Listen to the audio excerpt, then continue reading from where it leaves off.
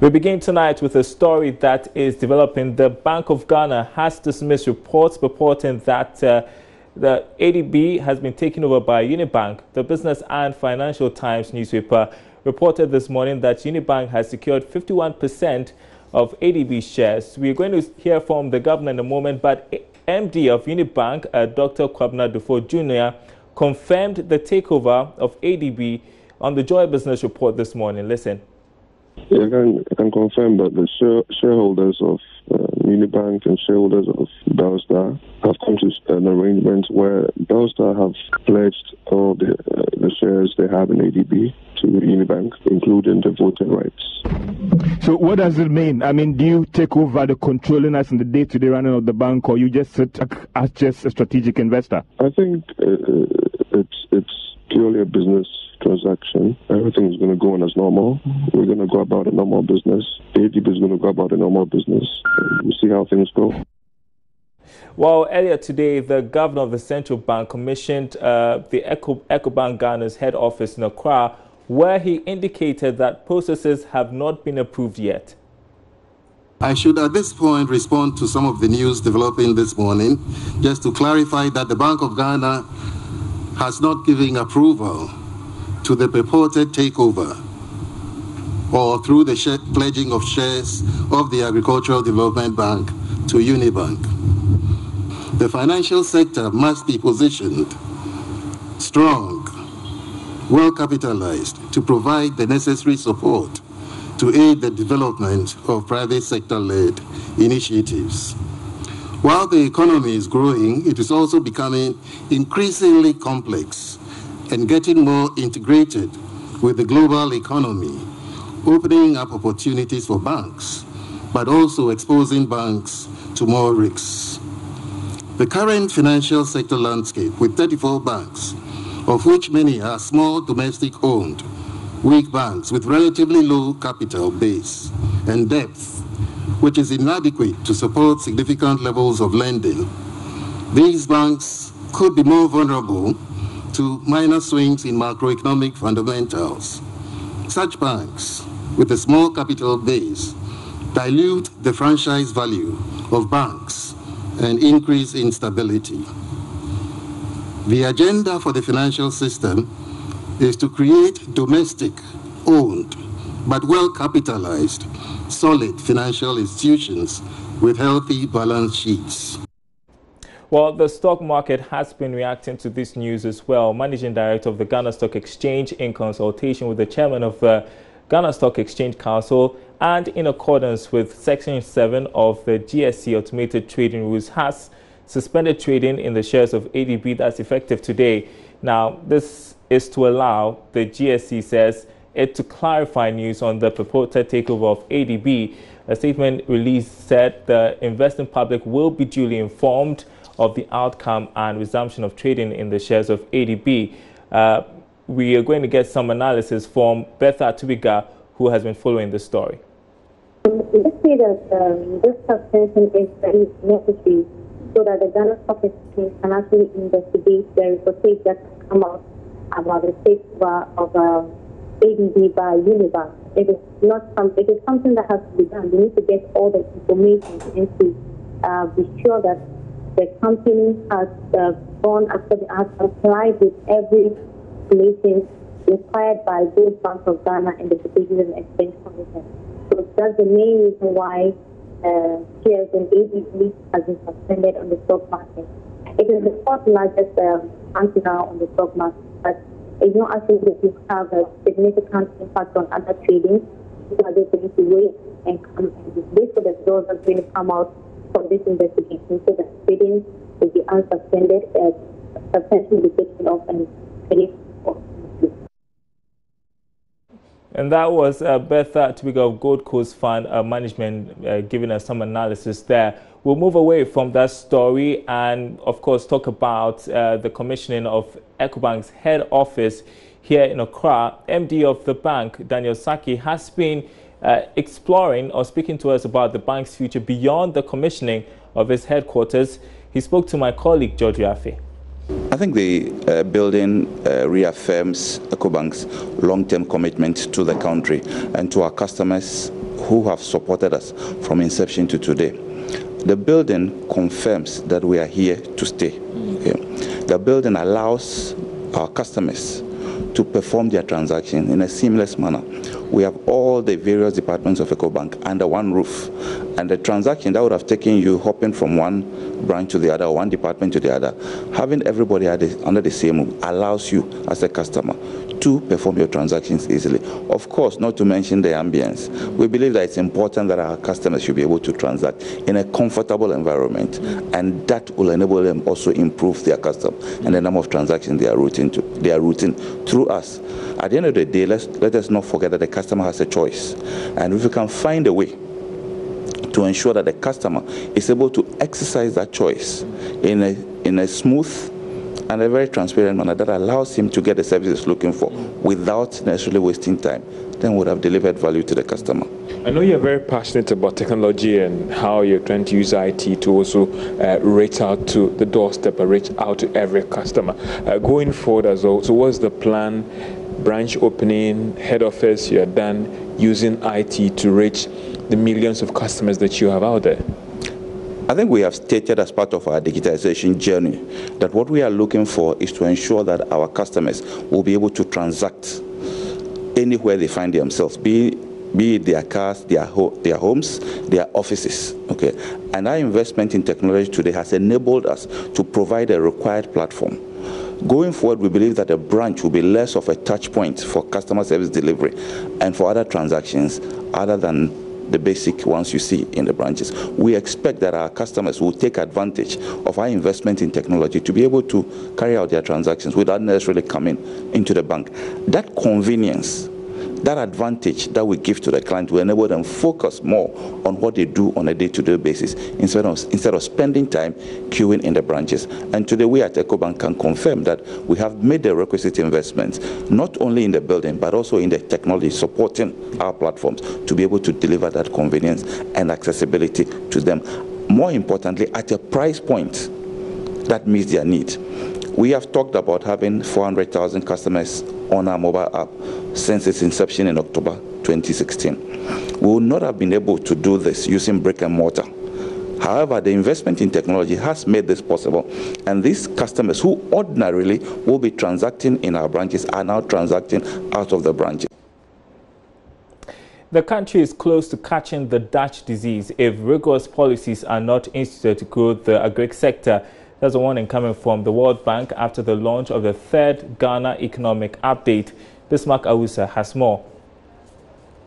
The launch brought together players from the business, finance and agricultural sectors of the economy to deliberate on some issues. According to the report, the agricultural sector has seen its contribution to the economy decline significantly since 2010, an indication that Ghana might be close to the disease, which often leads to the total collapse of the sector. According to the program lead at the World Bank, Errol Graham, government must quickly put in place the required policies to avoid this disease. This could be the result of a number of factors. One clear case we see is that the share of industry is rising and the share of services is also rising. And so that's crowding out the share of agriculture. It's a question we're asking because we don't see it happening yet, but it could happen. And so what the report is doing is raising awareness to the potential for that to happen, for action to be taken before it happens.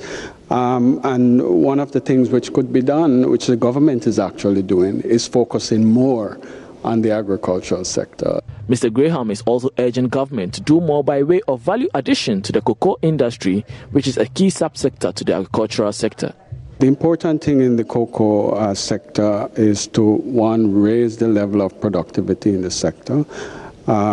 Two, after that, is to really try to get more value added from the sector. So if we're talking about cocoa beans, that's a small part of the sector in terms of value added.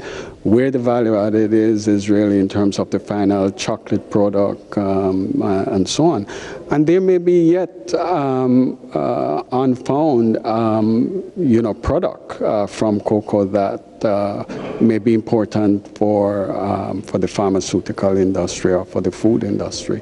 The report also reveals that wage bills continue to be a driver of high expenditures, which makes reprioritization of public expenditure cumbersome. An economist from the World Bank, Kwabena Jan Kwache, explained why a lot more attention must be given to this area. Well, there's a saying that wages are sticky downwards. So, in a sense, I wouldn't say government should cut, but then usually the share of GDP, there's a mechanism of reducing the share of wage to GDP, and does not necessarily mean reducing people's salaries. For example, if there are leakages, then government have to make it a point to fix them. If, for example, we have more people being employed every year for not really structural form of employment, then we need to look at. So that's the reason, for example, there is a moratorium on employment for some time now, except for some needed or exceptional sectors. The launch of the third Ghana Economic Update was under the theme, Agriculture as an Engine of Growth and Jobs Creation. Bismarck Awusa, Joy Business. The Ghana Revenue Authority says it is expecting to rake in more than 300 million Ghana cedis from the ongoing tax amnesty policy being implemented by government. Commissioner General Emmanuel Kofinti says the GRA is taking measures to ensure the intended purpose for the policy is achieved. The tax amnesty policy is an initiative to get all defaulting individuals and companies to file their taxes without attracting a penalty. Now, the Commissioner General made the disclosure when addressing journalists on guidelines for the policy launched earlier this year. Here is a report by Ebenezer Sabute. Ghana Revenue Act gives an opportunity for the state to grant an amnesty on taxes to citizens and businesses as and when necessary. In view of this, the GRA passed the Tax Amnesty Act 2017 by Parliament in December last year. Explaining to journalists the decision to implement the policy this year, Commissioner General of GRA Emmanuel Kofinti disclosed that government will make additional revenue of more than 300 million cedis if all measures put in place work perfectly. Targets, we do not have a targeted number now, but we have an idea. The idea is that we expect that if this goes on very well with us, and we project that we should be able to get no less than 300 to 500 million from this process. 300 to 500 million from this process. It is. He also used the opportunity to announce some packages for informants who would give out information on tax defaulters. One of the things about tax is equity. Equity is very critical to tax. So there shouldn't be a situation where, from my Mobrowa situation, I'm paying maybe 2,000 a month in a year, I pay 25,000. And somebody with a lifestyle and income bigger than me, as I'm not paying anything. If you are able to share information or set people to assist our work, and we get the revenue, we have it within our laws, our rules, to give you a percentage of that money. And that one, when it comes, we will give you. Except that we would withhold tax on it. Because whilst you are bringing us the reports and it's making us have money, and you have money, you should also be a taxpayer. Absolutely. It's not to discourage it. We want to say that if we have success with our work, we'll give you your money. But then we will expect that you also be a tax compliant, a good citizen, and meet your rule. So we want to encourage you to give us information. And when we have such information, your identity will not be revealed.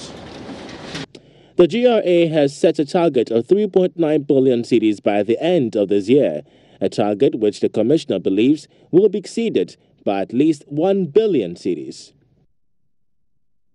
Turning to energy matters now, and the significant reduction in utility tariffs has been described as prudent by consumers and industries. But is this good news for all sectors of the economy and even businesses? We have some analysis for you. The amount of money businesses set aside for power consumption is said to be one of the biggest spending items on their books. Therefore, any reduction could go a long way to reduce their cost of operations. Joy Business understands that some companies could be saving almost 2 million Ghana cedis a year as a result of these reductions. But for many, how does this impact on the entire economy in terms of the good, the bad and the ugly? It is believed that this move by the PULC would result in the reduction in the cost of doing business by most of these firms, a development which could lead to the expansion of their enterprises if they reinvest expected savings, which could lead to the improvement of revenue from these firms in terms of tax collections from profits. The chief executive of the Association of Ghana Industries, Seth Chuma Kwabwa, has told Joy Business the reduction could lead to a slash down of the prices of some goods and services. However, it isn't all about excitement, as some private sector establishments are raising concerns over the worrying state of power producers in the country. Now, Ghana is here to leverage its cultural arts in the construction sector as new building designs spring up. Well-renowned architect David Ajayi brings some hope to the local industry. He's been explaining how Ghana can make a name using new architectural designs based on the country's rich cultural arts.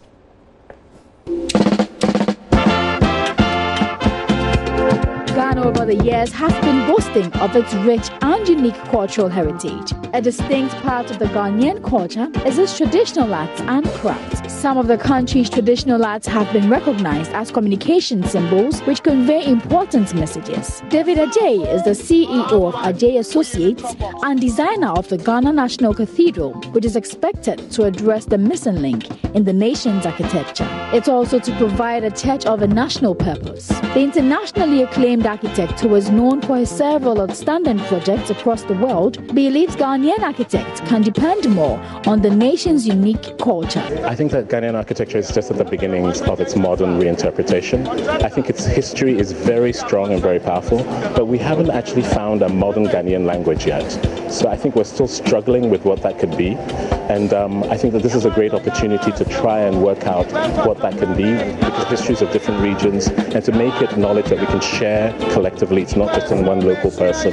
So we can actually try to use that information to learn from, to then try and develop what modern African architecture, West African architecture, Ghanaian architecture, this regional architecture can be. He says this can be made easier with the use of technology. I think technology is something that we all must try and master, because it's a new resource that's like water. It's like having water pumping into your house. You have to kind of know how to use it. So I think learning how to use and master the technology is very important if you have access. If you don't, try and see if you can get an awareness of it, try and learn about it, because technology allows us to kind of map and understand. David Ajayi was speaking on the sidelines of an event organized by Anno Gallery on the past, present and future of architecture.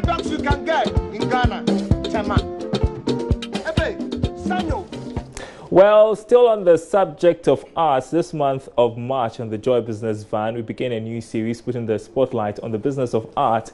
Versatile fine artist Mohamed Audu kickstarts a series today. For him, art is not only a lucrative business, but an opportunity to project Ghana in a very positive light.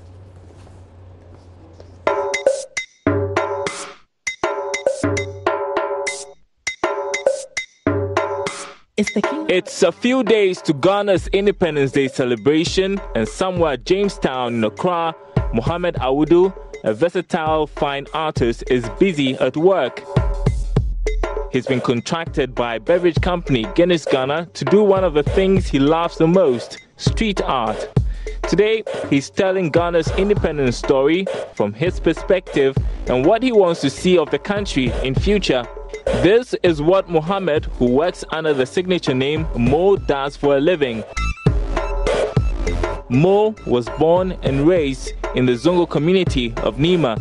He discovered his artistic skills very early and he pursued it. I was very young, around the age of 9 or 10 years, back in primary school. So after my junior high, I enrolled to an arts college. So I started discovering that I can make money from art. So from there, I used to do paintings, take them to art center, sometimes at exhibition. That's what I used to pay my fees and all that. So from there, I think I've been doing art every day. But as Mo progressed, being an artist became more than a money-making venture, but an opportunity to rebrand and affect his community. He called it Reimagine Nima. I try to put the different cultures that we have in Nima so that people outside will have a better perception about us rather than hearing it from other people. So from there, I think last year I had more than 50 or 100 tourists from all over the world, and now people are free to come to Nima. More street art in his community is what will shoot up his career. More people started noticing it, and not too long, he would be exhibiting his graffitis at one of Ghana's popular art festivals, Chaluote. Every year at Chaluote, my work, I think, stands out. When you go around town, when you come like around Jamestown, Nima, when you go to Su, all these places, when you go there, you find my works and people call me and say, thank you, Mo, for giving us part of you. So I feel like, and I make a lot of I get a lot of contracts to these days that I do for people, and I feel like so proud. Mo has become one of the most sought after artists by corporate entities like Samsung and international bodies like UNICEF. His skill has also opened international doors, and now Mo considers himself an ambassador for Ghana, projecting the country in a very positive light to the international community. Yeah, now people come to Nima to learn our ways, our culture, because Nima is made up of all different kind of people from different backgrounds, Muslim, Christian, traditionalists. Everybody can have everybody there. So now people begin to come there and listen to our story. People come there to bring out business. But the industry still has a long way to go, he tells me, from poor appreciation of art to the lack of support from government. He believes there is more potential that can be tapped. When you look at our overpass, our city is dry. It's dry. All they put is Ghana flag. We need to represent our history on the world. We need to encourage, know that we have culture. Art is one big thing. It's bigger than music, but people don't know. It's the most expensive thing in the world. And if you thought that street art doesn't fetch money, our research shows an artist could earn between 3,000 and 60,000 Ghana cedis for a good art piece, or even more. Mo hopes to raise more artists in his community and is looking forward to executing more international projects.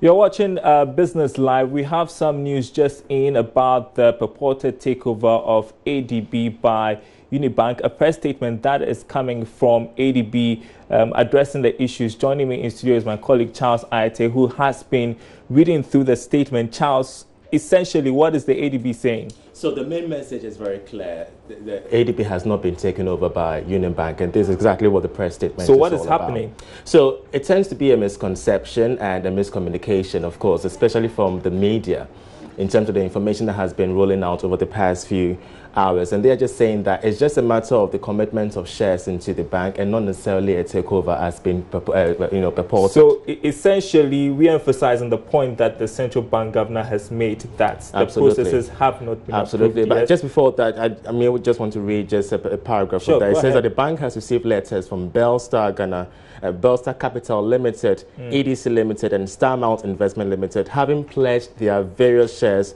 in the Agricultural Development Bank Limited to Union Bank. It is the opinion of ADB that a pledge does not have the effect of the transfer of ownership. So that's exactly what they're trying to say in this press release. How about the suspension of trading in shares of ADB by the Ghana Stock Exchange? Absolutely. They did lay claim to that very fact. It's factual, it's true, and they're saying that indeed they're working out ways of restoring trading on the exchange. All right. Thanks very much, Charles Aite, with that piece of information for us. Essentially, ADB disregarding news of the purported takeover of the bank by Unibank. That's it from us. My name is Daryl Carl. Thanks for watching.